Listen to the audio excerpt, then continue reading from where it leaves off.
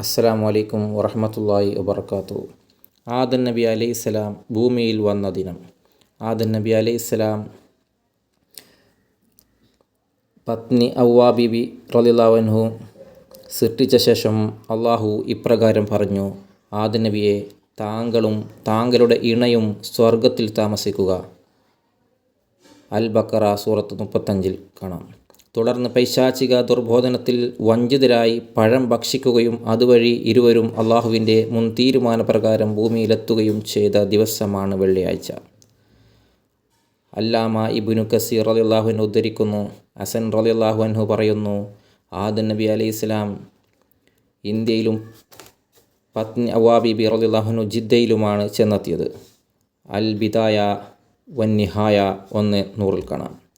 ഭൂമിയിൽ മനുഷ്യ ജീവിതാരംഭത്തിന് തുടക്കം കുറിക്കാൻ അള്ളാഹു തിരഞ്ഞെടുത്ത ദിനമായിരുന്നു വെള്ളിയാഴ്ച. സുദീഹ് റളിയല്ലാഹു അൻഹു പറയുന്നു, ആദം നബി അലൈഹിസ്സലാം ഇന്ത്യയിലെത്തിയപ്പോൾ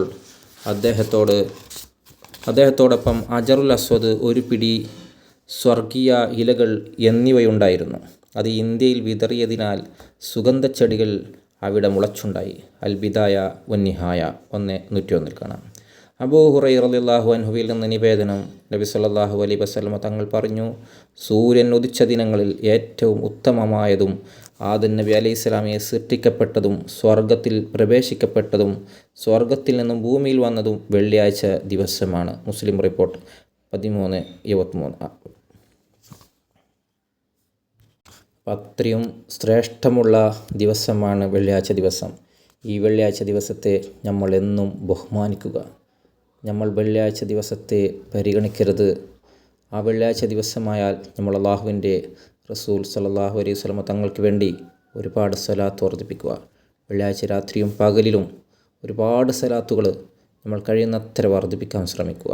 വെള്ളിയാഴ്ച ദിവസമായാൽ നമ്മൾ അൽ കഹ്ഫ് സൂറത്ത് ഓതുക. അതുപോലെ സൽക്കർമ്മങ്ങൾ ഒരുപാട് അധികരിപ്പിക്കുക. അന്നത്തെ ദിവസം നമ്മൾ ആവശ്യമില്ലാത്ത ഒന്നും ചെയ്യരുത്. കൂടുതൽ സൽക്കർമ്മങ്ങളിന് വേണ്ടി മാറ്റി വെക്കുക.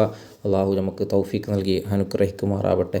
നല്ല സൽക്കർമ്മങ്ങളൊക്കെ നമുക്ക് ചെയ്യാൻ അള്ളാഹു തൗഫീക്ക് നൽകി അനുഗ്രഹിക്കുമാറാവട്ടെ എന്ന് പ്രാർത്ഥിച്ചുകൊണ്ട് ഞാൻ നിർത്തുന്നു. അസ്സലാമു അലൈക്കും വറഹ്മത്തുള്ളാഹി വബറകാതുഹു.